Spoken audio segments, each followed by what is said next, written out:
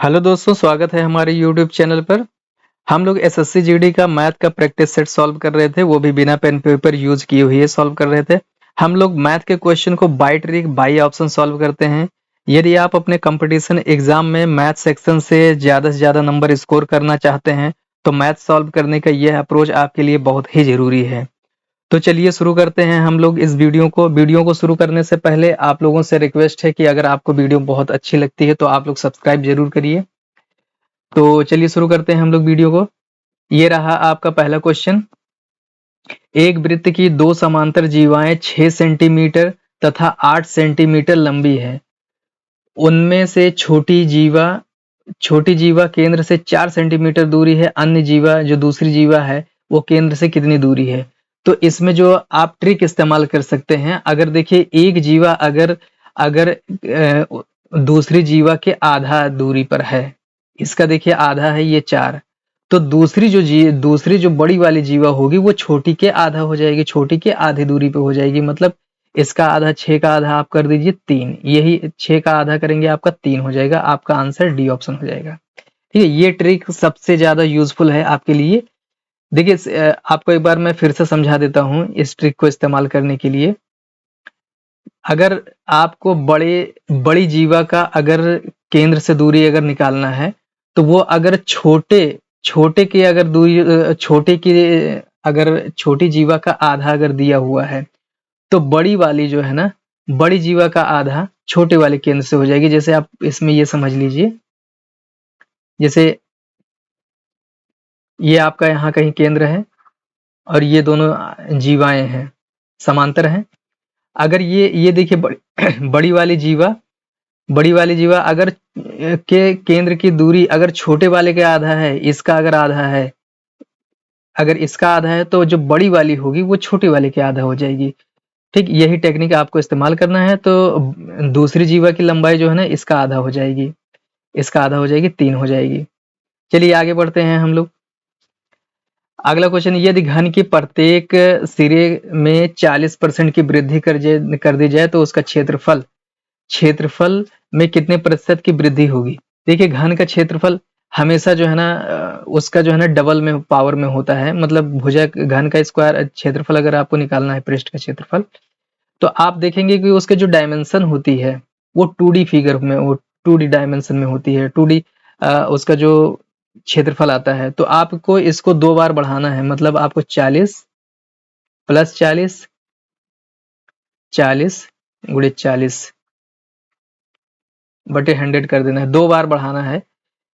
अब आप जब 2 बार बढ़ाएंगे तो आप अगर इस चीज को अगर आप समझ रहे हैं मन में, तो आप ऐसे जोड़ लेंगे 40 40 80, ये जीरो से जीरो कट जाएगा, 4 चौके 16, 80 और 16 96 हो जाएगा। आपका डायरेक्ट आंसर आप कर सकते हैं। आप कुछ मत करिए इसको। अगर आप ये फार्मूला अगर जानते हैं तो आप मन में ही ऐसे आप जोड़ लेंगे।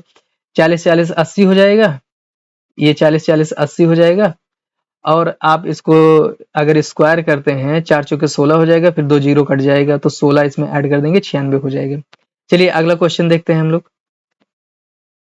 देखिए इसमें जो दिया हुआ है ए की वैल्यू, जो एंगल है, एंगल ए की वैल्यू जीरो से स्टार्ट होकर के 90 के बीच में कुछ भी हो सकती है। तो आप जो है ना जीरो रख करके एक बार देखिए, क्वेश्चन सेटिस्फाई करता है। जीरो अगर रख देंगे तो कास ये हो जाएगा कॉस जीरो, ये हो जाएगा सेक जीरो। अब जानते हैं कि कॉस जीरो की वैल्यू 1 होती है, कॉस जीरो की वैल्यू 1 होती है, सेक जीरो की वही वैल्यू 1 होती है। तो ये सेटिस्फाई कर रहा है, ये भी 1 हो जाएगा, ये भी 1 हो जाएगा, तो इधर जो है ना 2 आपका दिया है, सेटिस्फाई हो रहा है। तो आप वही चीज यहाँ पे कर दीजिए। इसका आप ए की वैल्यू अगर आप जीरो रखते हैं तो यहाँ पर हो जाएगा कॉस जीरो हो जाएगा, और ये हो जाएगा आपका सेक जीरो हो जाएगा। तो इसकी वैल्यू भी 1 होती है और इसकी वैल्यू भी 1 होती है, ये भी 2 हो जाएगा। इसका आंसर 2 हो जाएगा। तो ये समझाने के लिए हम बता दिए हैं, वरना बिना पेन पेपर के ही आप इसको सॉल्व कर सकते हैं। समझाना भी जरूरी होता है क्योंकि बहुत से लोग होते हैं नहीं समझ पाते हैं। देखिए दो गाड़ियां स्टेशन ए और बी से एक दूसरे की ओर क्रमशः 16 मील प्रति घंटा और 21 मील प्रति घंटा की चाल से चलती हैं। उनके मिलने का समय दूसरी गाड़ी पहली गाड़ी से 60 मील अधिक चल चुकी होती है। मतलब जब मिलती हैं तो एक दूसरे की जो डिस्टेंस होती है वो ज्यादा चल चुकी होती हैं। 60 मतलब 60 मील ज़्यादा चल चुकी होती हैं। तो देखिए यहाँ पर समझने का जो अप्रोच है वो समझिए आप पहले। देखिए जब समय जो है ना बराबर होता है, जैसे T1 समय इनका T1 ये भी चली है तो T1 टाइम तक ये भी ट्रेन चली है, ठीक, बराबर दोनों चली हैं। तो जब बराबर चलती हैं तो जो इसका जो रेशियो होता है डिस्टेंस का, D1 D का जो रेशियो होता है वो चाल का ही रेशियो हो जाता है 16:21। ये हो गया आपका जो है ना, ये चली गई दूरी, ये चली गई दूरी क्योंकि ये चाल दिया हुआ है 16:21।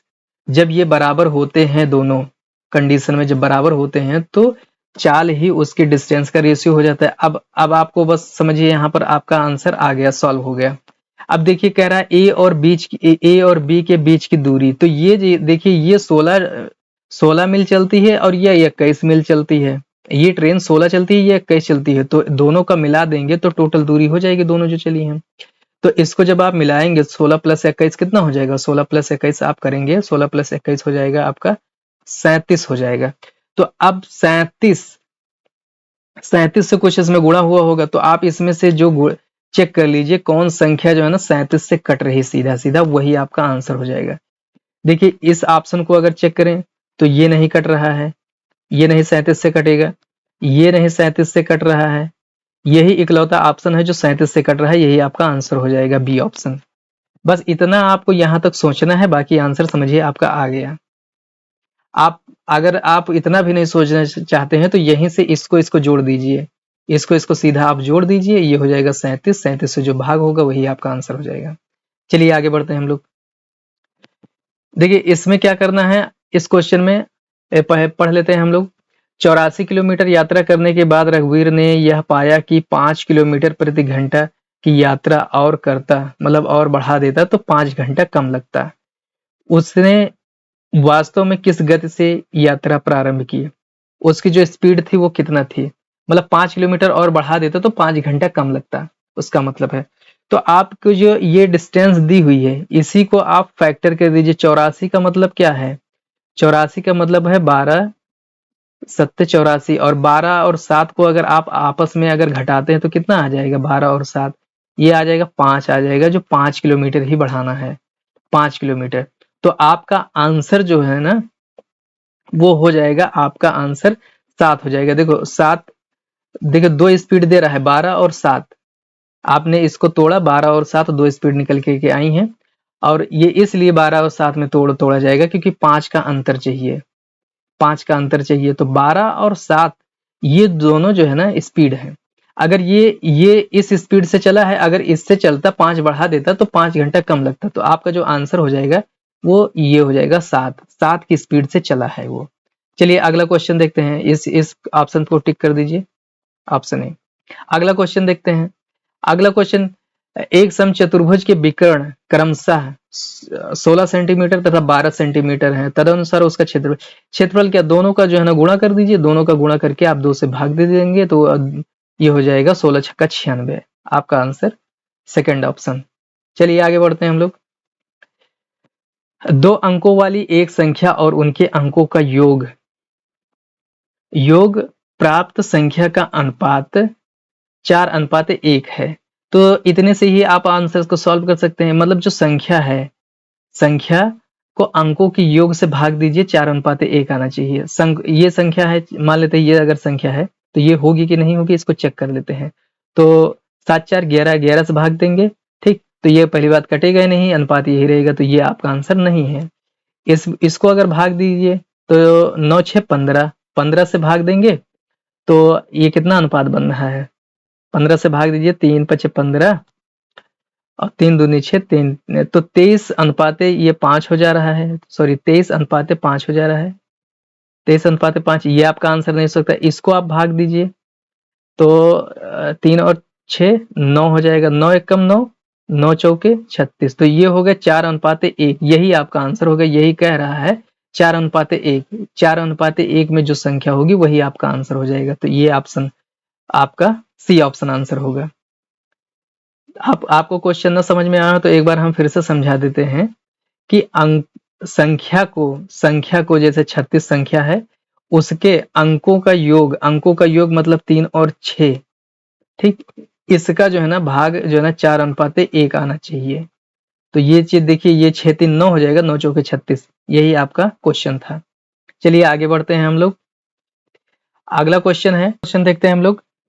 3 धनात्मक संख्याओं में से पहली संख्या, पहली तथा दूसरी का अनुपात 8:9 है तथा दूसरी और तीसरी, दूसरी यहाँ पहली और दूसरी का दिया है, यहाँ दूसरी और तीसरी का अनुपात 3:4 है। तो इसको पहले हम लोग बराबर कर लेते हैं। देखिए, ये पहली संख्या 8 है, दूसरी संख्या 9 है, और यहाँ पर दूसरी संख्या को 3 बताया है, तो इसको भी 9 कर लेते हैं। 9 करने के लिए क्या करेंगे आप, 3 से आप यहाँ गुणा कर दीजिए और 3 से आप यहाँ पे गुणा कर देंगे, तो दूसरी संख्या और तीसरी संख्या 9/9:12 हो जाएगी। हाँ, तो आगे हम लोग पढ़ते हैं। उनमें पहली तथा तीसरी का गुणनफल, पहली और तीसरी का गुणनफल 2400 दिया हुआ है। उन संख्याओं का योग ज्ञात कीजिए। योग आपको निकालना है। तो देखिए, पहली संख्या यहाँ पर आपको मिल गई 8 अनुपात, दूसरी संख्या आपको 9 है, यहाँ पर भी दिया है, यहाँ पर भी हमने बराबर कर लिया है। तो बराबर करने के बाद में तीसरी संख्या 12 अनुपात में बन रही है। तो अब योग आपको पूछा है, योग, तो योग ही आपको योग पर ही फोकस करना। तो आप इन सब का योग कर दीजिए। 9 8 17, 17 और 12 कितना हो जाएगा, 9 8 17, 17 और 12 अगर आप जोड़ेंगे तो ये हो जाएगा 29। 17 और 12, 17 12 29 हो जाएगा। अब आपको योग निकालना है, तो आप 29 का जो फैक्टर होगा, योग करने पर 29 आ रहा है अनुपात को, तो जो 29 को काटेगा इन सभी ऑप्शनों में, जो 29 से कट रहा है वही आपका आंसर हो जाएगा। देखिए कौन 29 से कट रहा है, वही आपका आंसर हो जाएगा। 29 से आप किसी को भी जो कट रहा हो काट दीजिए। देखिए यही जो है ना आपका पहला ऑप्शन है, 29 पंचे 145, 29 पंचे 145, यही आपका 145 आपका आंसर हो जाएगा, फर्स्ट ऑप्शन। चलिए आगे बढ़ते हैं हम लोग। उस शंकु का आयतन कितना होगा जिसके आधार की त्रिज्या 6 सेंटीमीटर और तिरछी ऊंचाई 10 सेंटीमीटर है। तो उसका आयतन आपको निकालना है। आयतन आप जानते हैं कि आयतन 1/3 पाई r² h होता है। तो यहाँ पर आपको h की जरूरत है, लेकिन यहाँ पर जो दिया है वो तिर्यक ऊंचाई दिया है, l बराबर 10 सेंटीमीटर और r आपको दिया है 6 सेंटीमीटर। तो आप अगर आप निकालेंगे तो पहले आपको जो है ना तिर्यक ऊंचाई निकालना होगा, मतलब l² बराबर r² और h²। तो यहाँ पर आप इसको रख देंगे 10 का स्क्वायर और आपका ये हो जाएगा 6 का स्क्वायर प्लस h का स्क्वायर। तो h आपको निकल के आ जाएगा 64 h², क्योंकि ये 100 हो जाएगा, 100 में से 36 को घटाएंगे हो जाएगा 64 तो h= 8 आ जाएगा, 8 सेंटीमीटर। तो आप इसी फार्मूले पर रख दीजिए 1/3 22/7, सॉरी पाई को पाई ही रहने दीजिए, क्योंकि सब आंसर में पाई दिया हुआ है, पाई ही रहेगा। और ये हो जाएगा 6 का स्क्वायर, मतलब ये हो गया 36 और ये ऊंचाई 8 है, ये तो 12 × 36, 12 8 96 हो जाएगा। तो 96 पाई आपका आंसर हो जाएगा, 96 पाई आपका आंसर, बी ऑप्शन। तो दोस्तों ये आखिरी क्वेश्चन था। आपको वीडियो कैसा लगा? अगर अच्छा लगा हो तो सब्सक्राइब जरूर कीजिएगा। धन्यवाद।